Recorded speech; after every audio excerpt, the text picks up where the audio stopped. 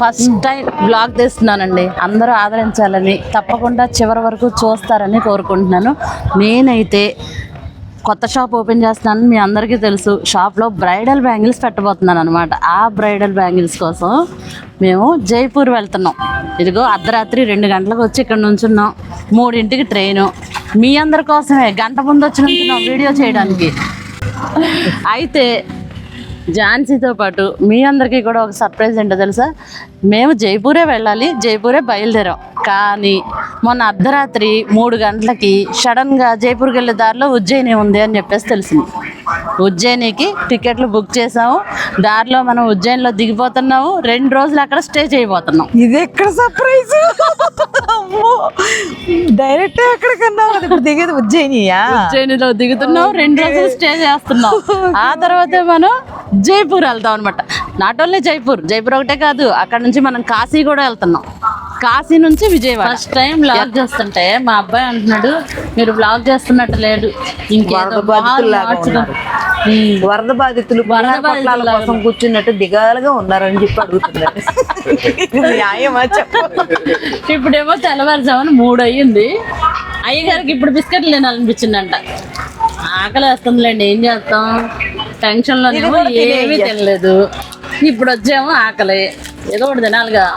Day 1లో first joke ఏంటయ్యా అంటే, Chinnu age నాకు, నా ఏజ్ చిన్నుకు పడింది. దీని వయసు 24 అంటండి. ఈవిడికేమో 24, నా కొడుకేమో 45 పడింది.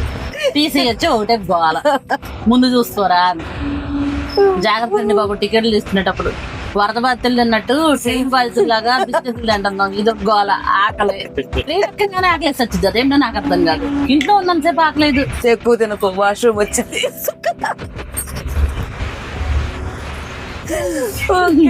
Day 1 start.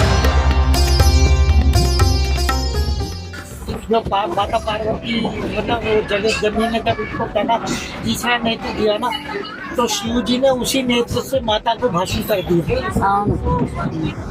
भाषण करने के बाद में जो कहना इन्होंने फिर बाद में उसको राग को अपने ऊपर लगाया था, उसी की वजह से महाकाल की. చిన్న మాట చెప్తాను.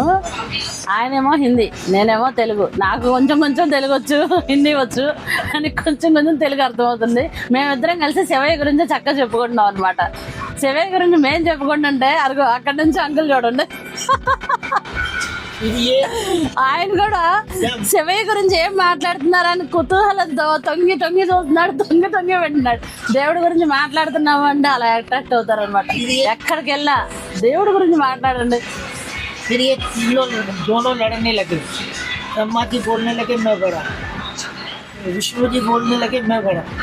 तो फिर इन्होंने ब्रह्मा बोलने की मैं बड़ा, हाँ विष्णु जी बोलते हैं मैं बड़ा. तो उन्होंने शिव जी ने बोला तुम ऐसा करो, ये शिवलिंग है, हाँ है ना, इसके क्या नाम उत्पत्ति और अंत का पता लगा दो. एक उधर जाओ, एक उधर जाओ, जो पहले आएगा पता लगा के वो सबसे बड़ा. विष्णु जी ने तो झूठ बोला नहीं, मना कर दिया कि भगवान मुझे तो कहना ना तो ऊपर से दिखी ना अंदर दिखा. ब्रह्मा जी ने बोल दिया कि मैं देखता है. ये शिवलिंग रूप है ना. हाँ.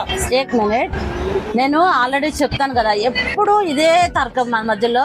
లింగం అంటే అంగం అని చెప్పేసి పిచ్చి వాగుడు వాగుతారు. ఇప్పుడు ఈయన హిందీ, మనం తెలుగు వాళ్ళం, ఆయన రాజస్థానీ.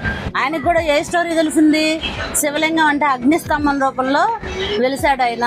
ఒకళ్ళు ఆది ఒకళ్ళు అంతం కనుక్కోలేకపోయారు కాబట్టి ఆయన అగ్నిస్తంభ రూపంలో మారి ఆయన అదే లింగ రూపంలో మారిపోయాడు.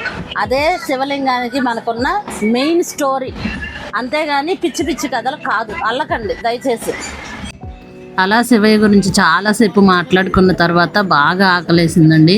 మా ఝాన్సక్కేమో పెరుగన్నం తీసుకొచ్చింది, ఏమీ లేనట్టుగా. అంతేలేండి, అర్ధరాత్రి కదా పాపం, అంతకుమించి ఏం చేస్తుందిలే. కానీ నేనైతే అది కూడా తేలేదు. ఆ పెరుగన్నం పెట్టుకొని శుభ్రంగా తినేసేసి కాసేపు అలా రెస్ట్ తీసుకున్నాము.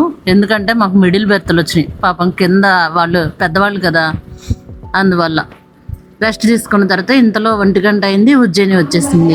ఇప్పుడే ఉజ్జయిని చేరుకున్నామండి. దాదాపు అర్ధరాత్రి 1 గంట అయింది. 1 గంట సమయంలో మనం గుడి దగ్గరికి వెళ్ళాలి, ఎందుకంటే రూమ్స్ ఏం బుక్ చేసుకోలేదు, అప్పటికప్పుడే కదా మన సంగతి మీకు తెలుసు కదా. సో 1 గంట అయింది, గుడి దగ్గరికి వెళ్ళాలంటే అదిగో ఆటో అబ్బాయి వచ్చాడు. మనిషికి 20 రూపాయలు మాత్రమే గుడి దగ్గర ఏదైనా హోటల్ దగ్గర ఆపుతాడు, మనం ఆ హోటల్లో దిగొచ్చు అన్నమాట.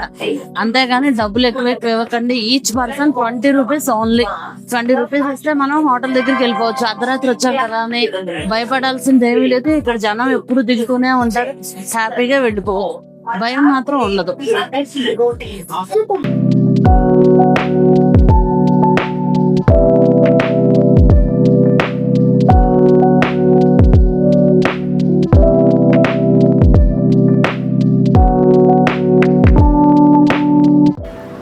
మేమైతే ఫస్ట్ టైం వచ్చాము ఉజ్జయినికి.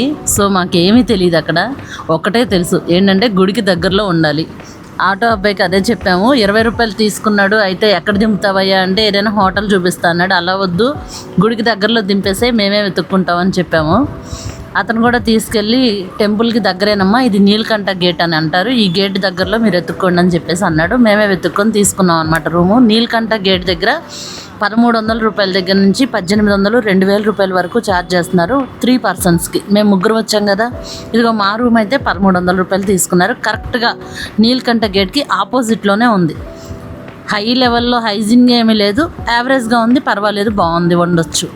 దేవాలయానికి 4 వైపులా గేట్లు ఉంటాయి. 4 వైపులా కూడా హోటల్ రూమ్స్ ఉంటాయి. ఎక్కడైనా దిగొచ్చు, ఎక్కడైనా స్టే చేయొచ్చు. మీరైతే వీలైతే కనుక హరసిద్ధి మాత గేట్ దగ్గర దింపమని అడగండి. ఆ గేట్ దగ్గర ఆ దగ్గరలో ఏదైనా హోటల్ రూమ్స్ చూసుకొని మీరు ఉంటే కనుక అక్కడ ఆ గేట్ దగ్గర నుంచి శీఘ్ర దర్శనానికి టికెట్లు దొరుకుతాయి. వెంటనే మనం లైన్లోకి వెళ్ళిపోతే 10 నిమిషాల్లో దర్శనం అయిపోతుంది.